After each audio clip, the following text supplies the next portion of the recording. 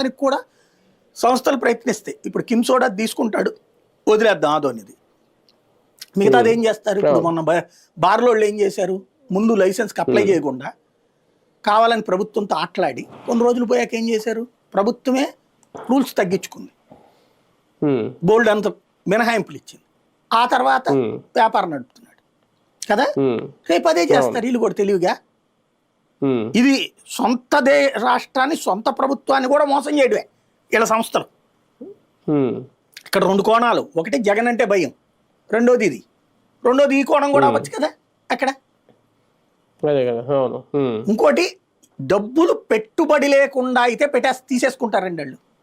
Simple. పెట్టుబడి లేకుండా అయితే,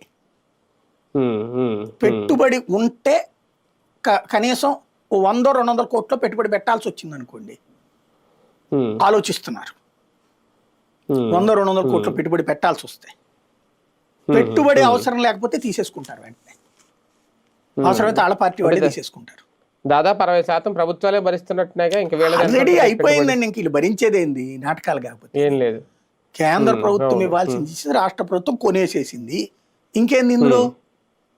వీళ్ళు ఇప్పుడు మిగతా అండర్ కన్స్ట్రక్షన్ లో ఉన్నాయి, లైక్ పిడుగురాళ్ళనో ఇంకోటో ఉన్నాయి 10 కాలేజీలు అండర్ కన్స్ట్రక్షన్ లో ఉన్నాయి. అవి ఎవడు ఇవ్వట్లేదు చూడండి ఇక్కడ వీళ్ళ నాటకం.